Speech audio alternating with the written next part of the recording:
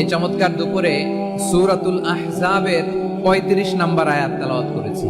কত নম্বর আয়াত? আওয়াজ করে সবাই বলেন তো, কয় নম্বর আয়াত? ৩৫ নম্বর আয়াত।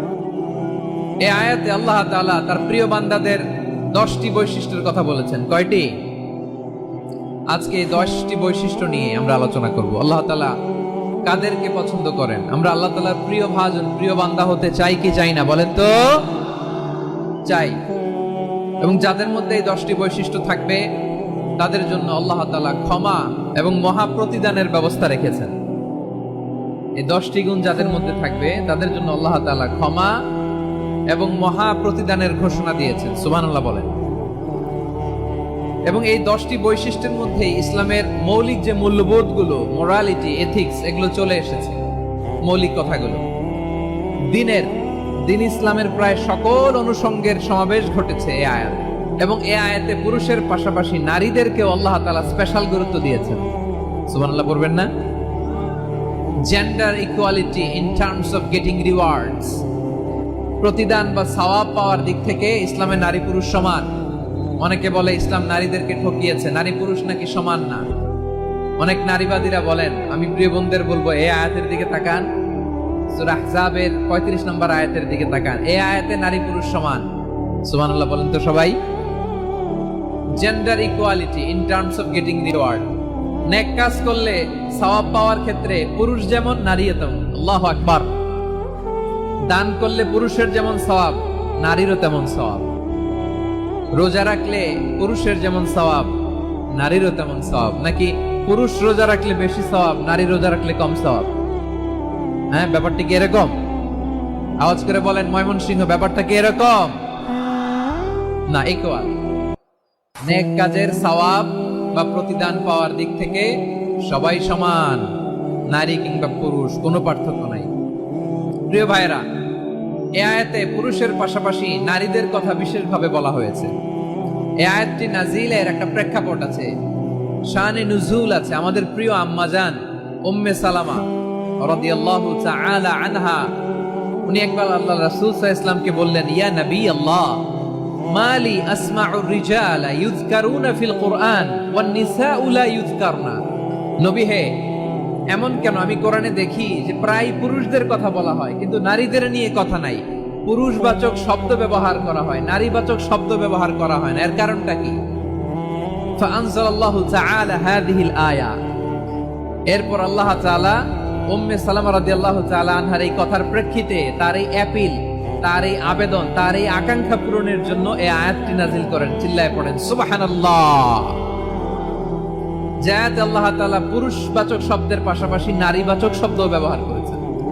যেমন ধরেন মুমিনিন, এটা বললে এর মধ্যে পুরুষও আছে নারীও আছে। মুসলিমিন, এটা বললে এর মধ্যে পুরুষও আছে নারীও আছে।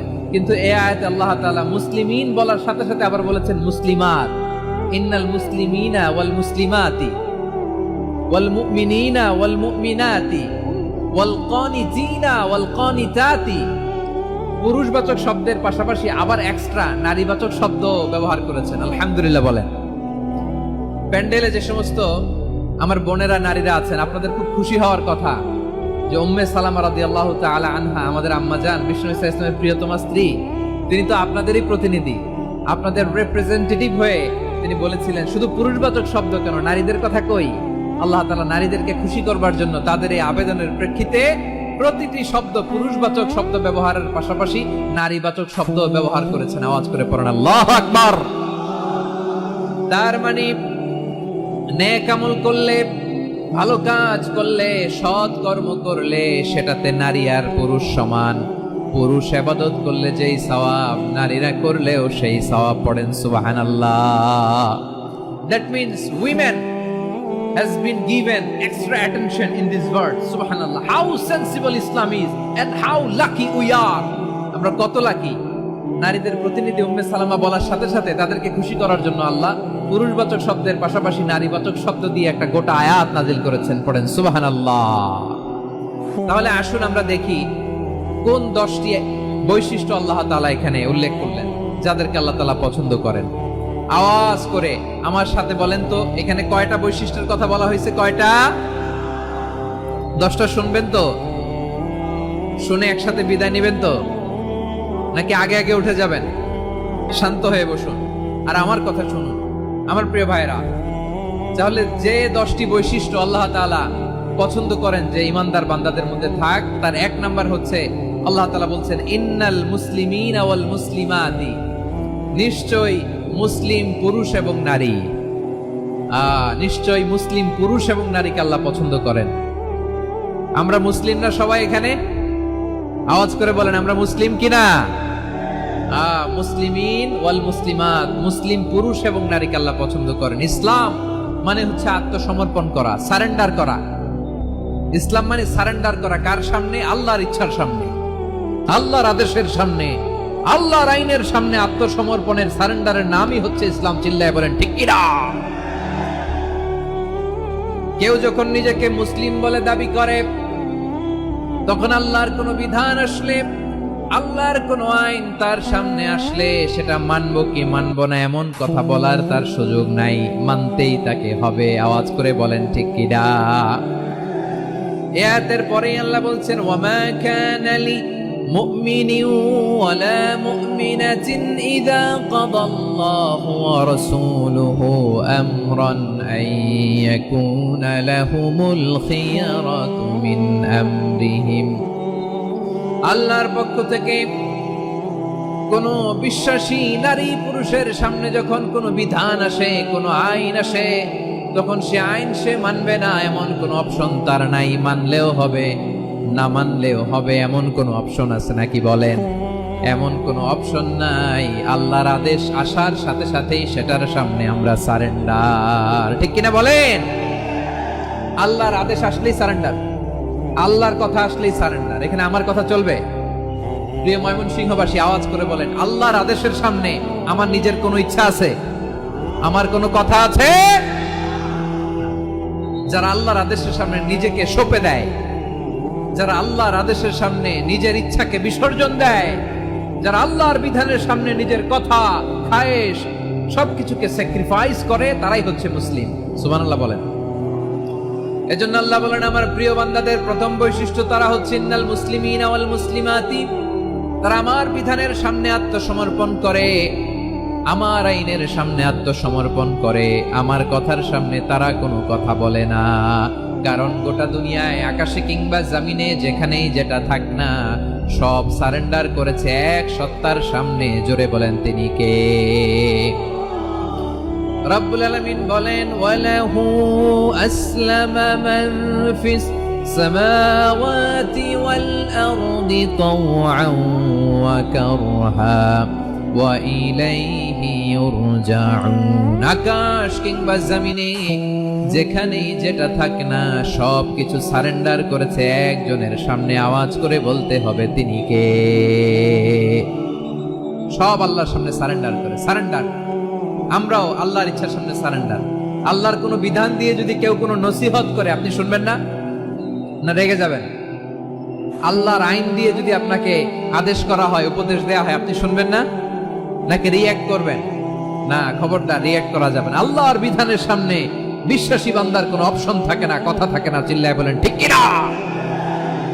ঠিক যেমন সাইয়েদনা ইব্রাহিম আলাইহিস সালাম আত্মসমর্পণ করেছেন।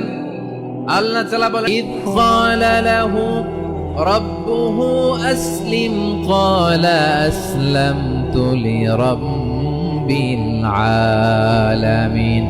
যখন আল্লাহ সাইয়েদনা ইব্রাহিম আলাইহিস সালামকে বললেন ও ইব্রাহিম ইসলাম ধর্ম গ্রহণ করো, আত্মসমর্পণ করো, সারেন্ডার করো, আল্লাহর খলিল ইব্রাহিম আলাইহিস সালাম কোনো কথা চিন্তা না করে, ডানে বায়ে না তাকিয়ে, কোনো কিছু না ভেবে মুহূর্তেই বলে আসলামতু লিরাব্বিল আলামিন। গোটা বিশ্বের রব আল্লাহর সামনে আমি ইসলাম ধর্ম গ্রহণ করলাম, সারেন্ডার করলাম। সুবহানাল্লাহ বলেন।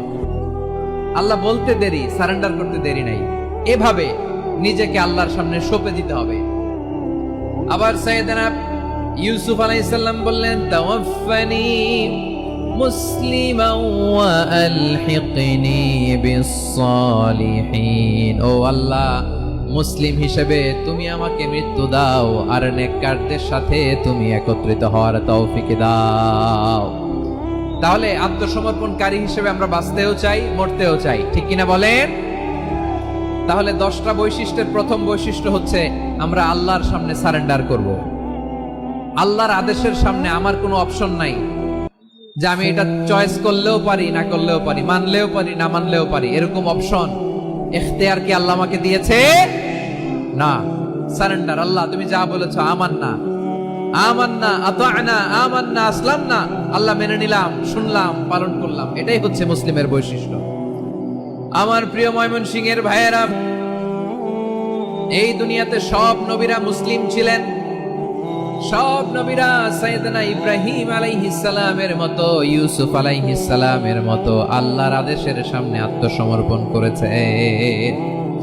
আল্লাহর সামনে নিজেকে সঁপে দিলেই সম্মান, আল্লাহর সামনে আত্মসমর্পণ করলেই ইজ্জত। ইসলামকে রেখে দিয়ে অন্য কোথাও ইজ্জত খুঁজলে আমাদেরকে বেইজ্জতি করে ছাড়বেন কে? এজন্য ওমরে ফারুক রাদিয়াল্লাহু তাআলা আনহু বলতেন, নাহনু কওমুন আ'আজ্জানাল্লাহু বিল ইসলাম ফাইন বিতাগাইনাল ইজ্জাতা বিগাইরিহি আদাল্লানাল্লাহ। আমরা এমন জাতি, যে জাতিকে আল্লাহ তাআলা ইসলামের মাধ্যমে সম্মানিত করেছেন। ইসলাম ছাড়া অন্য কোথাও যদি আমরা সম্মান খুঁজি, আমাদেরকে বেইজ্জত করবেন কে? আমাদের সম্মান ইসলামে। ইসলাম সময়ের অপরিহার্য বাস্তবতা, অপরিহার্য বাস্তবতা। স্যামুয়েল হ্যান্টিংটন একটা বই লিখে গোটা বিশ্ব কাঁপিয়েছেন, দ্য ক্ল্যাশেস অফ সিভিলাইজেশন, সভ্যতার সংঘাত। এই পৃথিবীতে অনেক সভ্যতার উত্থান হয়েছে, পতন হয়েছে। প্রিয় ময়মনসিংহবাসী, আমার কথা শুনতেছেন? হ্যাঁ, শুনতেছেন?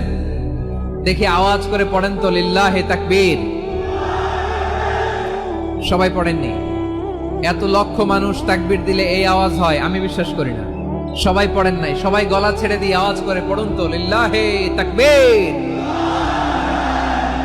লিল্লাহে তাকবীর,